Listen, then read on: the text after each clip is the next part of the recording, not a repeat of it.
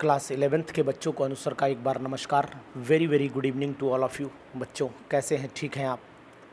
देखिए, आप wow principal आपने सीखने के लिए हमसे कहा था कि सर हमें आप वाउ का प्रिंसिपल सिखा दीजिए। तो फिर मैं ये चाहता हूँ कि आप वाउ के प्रिंसिपल को ध्यान से समझें। ये आप वाउ का प्रिंसिपल क्या था और क्या समझाना चाहता था, या आप वाउ का प्रिंसिपल, उस पर आज हम पूरी बात करेंगे। तो पूरी वीडियो में हमारे साथ में बने रहिएगा, हम आपको आप वाउ का प्रिंसिपल बढ़िया करके सिखाएंगे। देखिए, आप वाउ का मीनिंग जो होता है वो होता है बिल्डिंग अप। पहले तो मैं आपको ये बताऊं, आप वाउ का मीनिंग क्या होता है, बिल्डिंग अप। अब बिल्डिंग अप का मतलब क्या है, पहले तो ये जान लें, अच्छे से जानें कि बिल्डिंग अप का मीनिंग क्या है। बिल्डिंग अप का मतलब होता है कि हम लोग लो एनर्जी लेवल से हाई एनर्जी लेवल की तरफ चलें, यानी कि इस तरीके से आप पहले यहाँ चलें, फिर यहाँ जाएं, फिर यहाँ जाएं, फिर यहाँ जाएं, ऑन सो ऑन। इस तरीके से सीढ़ियों पर अगर आप चढ़ते चले जाएंगे तो फिर आपको लगेगा कि हम लोग जो हैं लो एनर्जी लेवल से हाई एनर्जी लेवल की तरफ जा रहे हैं। यानी कि पहले आपको ये सीढ़ी पार करनी पड़ेगी, फिर आप जो हैं इस सीढ़ी को पार कर लेंगे, इस तरीके से इस सीढ़ी को पार कर लेंगे, फिर इस तरीके से इस सीढ़ी को पार कर लेंगे। तो यहाँ से आप लो एनर्जी लेवल से हाई एनर्जी लेवल की तरफ आसानी से जा सकते हैं। और जब आप लो एनर्जी लेवल से हाई एनर्जी लेवल की तरफ जाएंगे तो इसका मतलब हुआ हम इलेक्ट्रॉन की जो फिलिंग करेंगे। बिल्डिंग अप का मतलब होता है कि हम लो से हाई की तरफ चलें। ये लो एनर्जी लेवल मैंने बताया, और यहाँ पर इसको मैं लिख सकता हूँ लो एनर्जी लेवल, यहाँ लिख सकता हूँ लो एनर्जी लेवल लिख सकता हूँ, और यहाँ पर लिख सकता हूँ हाई एनर्जी लेवल। तो अब आपकी समझ में आ गया होगा कि इलेक्ट्रॉनों की जो फिलिंग है वो हम लो से हाई की तरफ रखेंगे। इस बात का ध्यान देना पड़ेगा हमें, ठीक है ना। तो यानी ये अहवाउ प्रिंसिपल कहता है कि इलेक्ट्रॉन हमेशा लो एनर्जी लेवल से हाई की तरफ भरे जाते हैं। तो ओवरऑल हम क्या कह सकते हैं, अकॉर्डिंग ये अहवाउ का मीनिंग ही बिल्डिंग अप था। ये कोई साइंटिस्ट का नाम नहीं, पहले तो बात ये जान लीजिए। अहवाउ किसी भी वैज्ञानिक का नाम नहीं, इसका मीनिंग बिल्डिंग अप होता है। तो अब हम लोग इसको जानते हैं कि, तो यहाँ लिख देते हैं according to this Aufbau, according to अहवाउ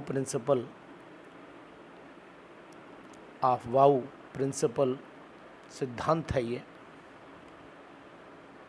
अहवाउ principal, ठीक है। अहवाउ रूल भी लिख सकते हो, अकॉर्डिंग टू अहवाउ रूल लिखना चाहो तो कोई दिक्कत नहीं। According to Aufbau rule electrons are filled electrons are filled with increasing order of energy level, increasing order of energy level, यानी कि इलेक्ट्रॉन उनके बढ़ते हुए ऊर्जा के क्रम में भरे जाते हैं। इलेक्ट्रॉन लो एनर्जी लेवल से कहाँ भरे जाते हैं, हाई एनर्जी लेवल की तरफ भरे जाते हैं। ये बात आपको ध्यान देनी पड़ेगी। यानी सबसे पहले इलेक्ट्रॉनों का जो हम डायग्राम है वो कैसे बनाते हैं उसको हमें सीखने की ज़रूरत है। तो यहाँ पर हम लिखते हैं, ध्यान दीजिएगा, 1s लिखेंगे।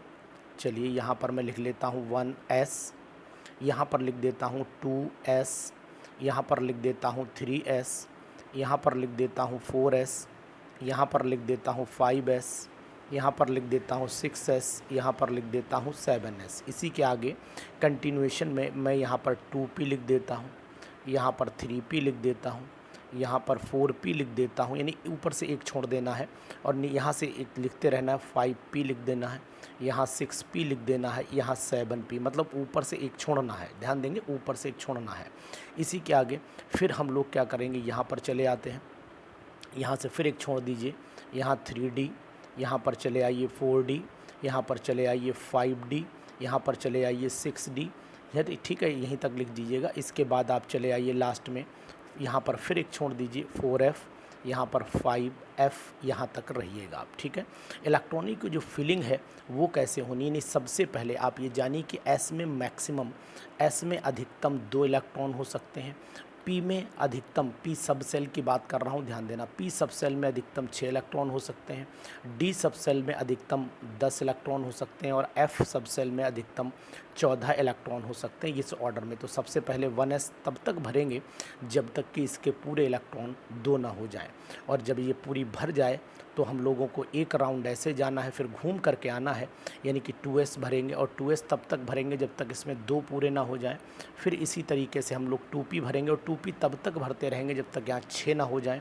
फिर यहाँ पर 3s भरेंगे, यानी 3s के बाद हम लोग 3p में चले जाएंगे, 3p के बाद 4s में चले जाएंगे और 4s के बाद हम लोग कहाँ जाएंगे, 3d में जाएंगे, 3d के बाद 4d में, 4p में और 4p के बाद 5s में चलेंगे और 5s के बाद जो है यहाँ पर आ जाएगा आपका 4d, इस तरीके से 4d, यहाँ पर आपका 5p, फिर यहाँ पर 6s आ जाएगा और 6s के बाद जब 6s पूरी हो जाए तो फिर आप चले जाइएगा 4f पर और 4f के बाद 5d, 5d के बाद 6p और 6p के बाद 7s, 7s जब पूरी भर जाए तो आप चले जाइएगा कहाँ, 5f में, देन 6d में और उसके बाद आप लास्ट ऑर्बिटल में 7p आ जाएगा।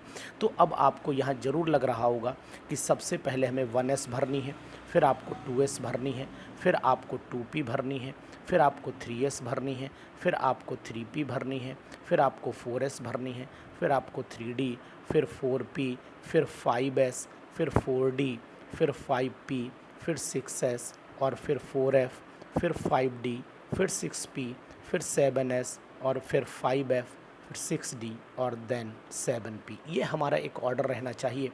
इस ऑर्डर में हम इलेक्ट्रॉनों की फिलिंग करते हैं, ये बात ध्यान देना है। तो अब हमें जो एनर्जी लेवल का जो बढ़ता हुआ हमारा सीरीज़ है वो क्या होना चाहिए। वाउ प्रिंसिपल ये कहता है कि इलेक्ट्रॉन हमेशा लो एनर्जी लेवल से कहाँ भरे जाते हैं, हाई एनर्जी लेवल की तरफ।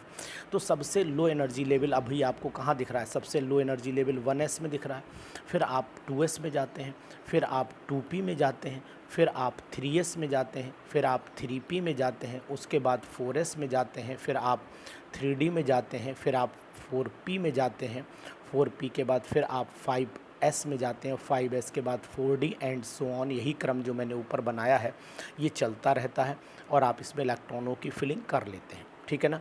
तो चले आइए हम लोग अब कुछ एलिमेंट्स का इलेक्ट्रॉनिक कॉन्फ़िगरेशन लिख करके समझते हैं। आज 1 से लेकर के 30 समझेंगे और कल हम लोग इसके आगे कंटिन्यू करेंगे, यानी इलेक्ट्रॉनिक कॉन्फ़िगरेशन कैसे, आप वाउ प्रिंसिपल क्या है, इलेक्ट्रॉनिक कॉन्फ़िगरेशन कैसे लिखा जाता है। तो सबसे पहले मैं बात करता हूँ कि इलेक्ट्रॉनिक कॉन्फ़िगरेशन होता क्या है, व्हाट इज़ द मीनिंग। आप यहाँ पर एक क्वेश्चन समझ में आता है कि what is the meaning of electronic configuration, what is electronic configuration. ये इलेक्ट्रॉनिक कॉन्फ़िगरेशन क्या है, इलेक्ट्रॉनिक कॉन्फ़िगरेशन क्या है, ये इलेक्ट्रॉनिक कॉन्फ़िगरेशन क्या है। तो अब आप यहाँ जानिएगा कि इलेक्ट्रॉनिक कॉन्फ़िगरेशन का मतलब होता है इलेक्ट्रॉनों का उनकी ऑर्बिटल्स में अरेंजमेंट, ठीक है। तो यहाँ पर लिख देता हूँ arrangement of the electrons in their orbitals. तो यहाँ लिख देता हूँ arrangement of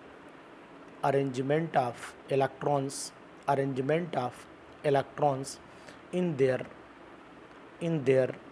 orbitals, in their orbitals with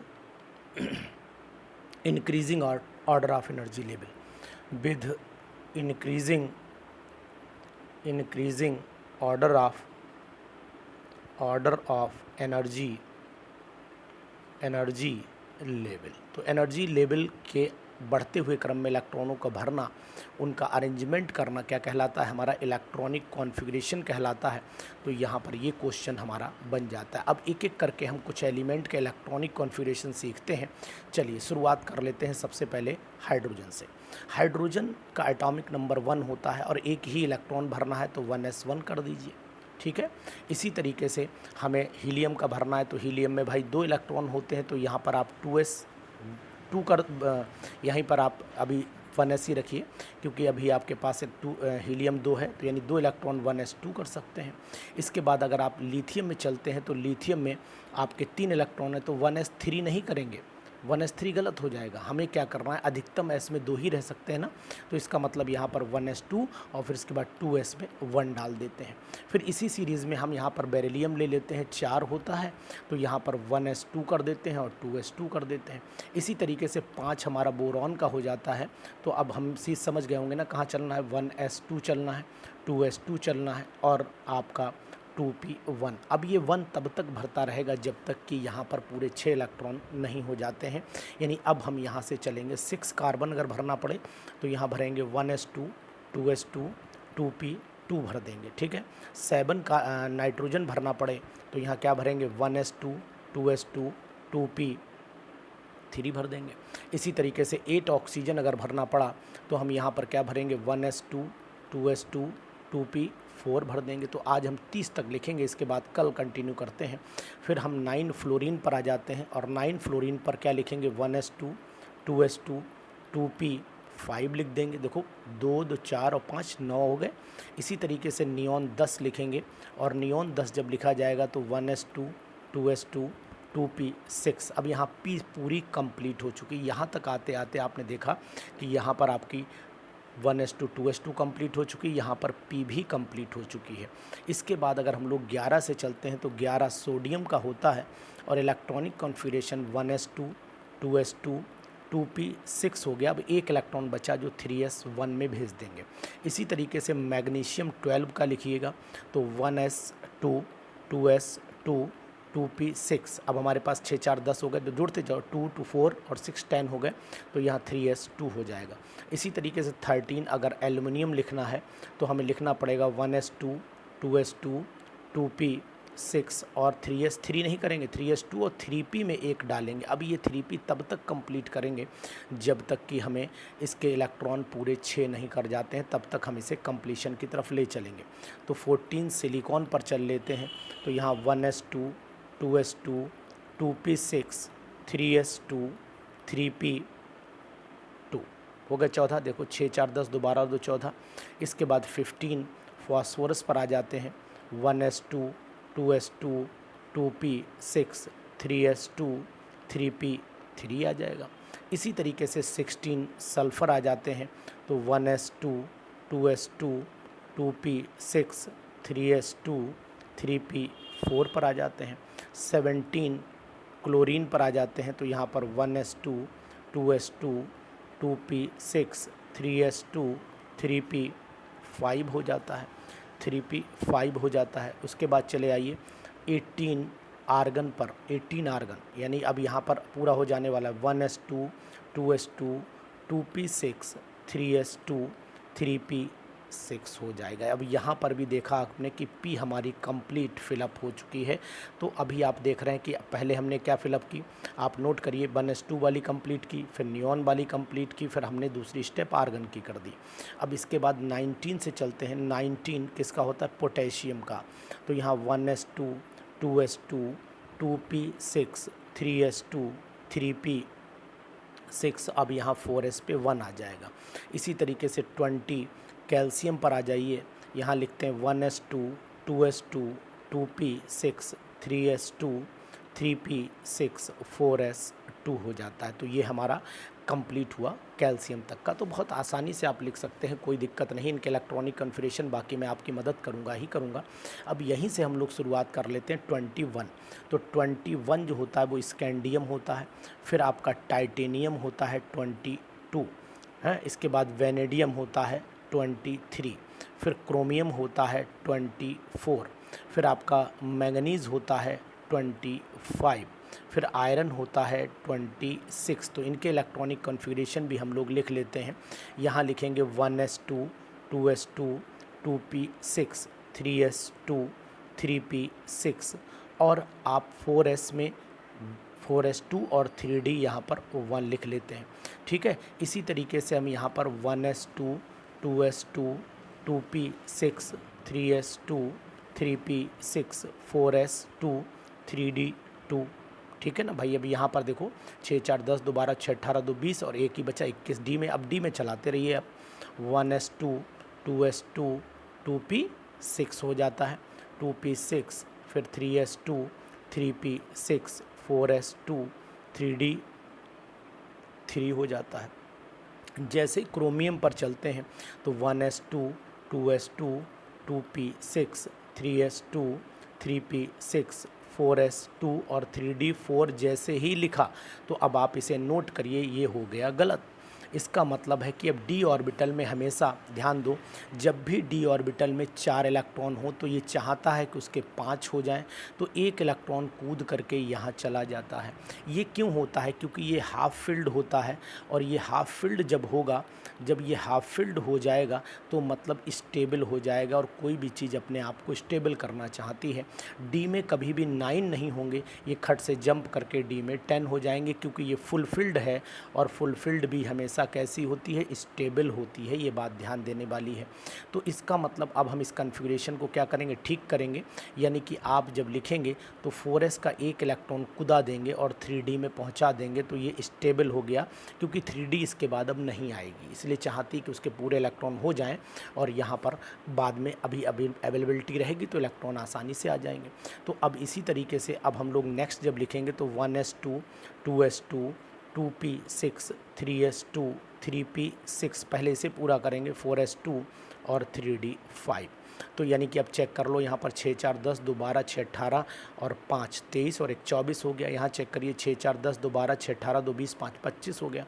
iron का जब लिखेंगे तो 1s2, 2s2, 2p6, 3s2, 3p6, 4s2 और 3d6 हो जाएगा। सिंपल वे में आप डी भरते रहिए जब तक 9 वाली कंडीशन ना पहुँचे। तो इसी तरीके से अब आयरन आ गया 27, आयरन उसके बाद आ जाता है कोबाल्ट, निकल, कॉपर, जिंक। कोबाल्ट हो जाएगा, आयरन के बाद कोबाल्ट, फिर आपका निकल आ जाता है, निकल के बाद आपका कॉपर आ जाता है, और फिर आपका जिंक आ जाता है 30। ठीक है, तो इस तरीके से हम इनके आज सीखेंगे, इसके बाद की बात कल करेंगे। तो यहाँ पर 30 मैंने जिंक का लिख दिया। तो अब इसका मैं जब इलेक्ट्रॉनिक कॉन्फ़िगरेशन लिखता हूँ तो आप समझिएगा कैसे लिखता हूँ। देखिए, आयरन अब बस डी में 7 करना है, 1s2, 2s2, 2p6, 3s2, 3p6, 4s2, 3d7 कर दीजिए। ऐसे 1s2, 2s2, 2p6 कर दीजिए, 3s2, 3p6, 4s2 और 3d8 कर दीजिए। और यहाँ पर 1s2, 2s2, 2p6, 3s2, अब यहाँ गलती होगी, 3p6 है ना, 4s2 और 3d9। तो मैंने अभी आपको बताया 9 नहीं हो सकता, स्टेबल होना चाहता है। तो यहाँ पर खट से आप क्या करिए, यहाँ 1 कर दीजिए, जंप करा दीजिए 1, और यहाँ पर कर दीजिए 10, ये स्टेबल हो जाता है। अब यहीं पर 1s2, 2s2, 2p6, 3s2, 3p6, 4s2 और 3d10। तो आज हम लोगों ने इलेक्ट्रॉनिक कॉन्फ़िगरेशन कहाँ तक सीखे? आज हम लोगों ने इलेक्ट्रॉनिक कॉन्फ़िगरेशन 30 तक सीखे हैं। तो ये 30 तक के इलेक्ट्रॉनिक कॉन्फ़िगरेशन आप बढ़िया करके सीख लीजिए, आपको बहुत आराम मिलेगा इनमें। और दूसरी चीज़ ये है कि इन इलेक्ट्रॉनिक कॉन्फ़िगरेशन से आपको आगे जो पढ़ाई होगी वो बहुत ही आसान लगने लगेगी। तो पूरा 11th क्लास आपका एकदम स्टैंडर्ड हो जाएगा अगर आपने ये इलेक्ट्रॉनिक कॉन्फ़िगरेशन सीख लिया। अगर आप वाव प्रिंसिपल आपने सीख लिया तो मान के चलिए कि 11th क्लास आपके लिए उंगलियों पर नाचेगा। आप वाव प्रिंसिपल अगर आपने सीखा तो 11th क्लास बहुत ही आसान हो जाएगा, और बहुत इम्पॉर्टेंट भी है आपके लिए, क्योंकि ये सीढ़ियाँ सब किसी के बात नहीं कि चढ़ ले, पहले आपको ऊपर की तरफ चलने की आदत होनी चाहिए, और जब आप ऊपर की तरफ चलोगे तो हमेशा तरक्की करोगे, ये बात याद रखिएगा। तो अगर आपको ये प्रिंसिपल अपनाना है तो फिर हमारे इस चैनल को सब्सक्राइब करना पड़ेगा। यानी कि ये चीज़ें डेली आपको सिखाऊंगा, इलेक्ट्रॉनिक कॉन्फ़िगरेशन का कंसेप्ट डेली चलेगा, एक एक बात आपको बताऊंगा। तो इस चैनल को अपने दोस्तों में शेयर कर दो, और अब आपको कोचिंग ट्यूशन की ज़रूरत नहीं, हम आपको सिखाते रहेंगे कि हम कैसे अपनी तैयारी बेस्ट करें। Thank you.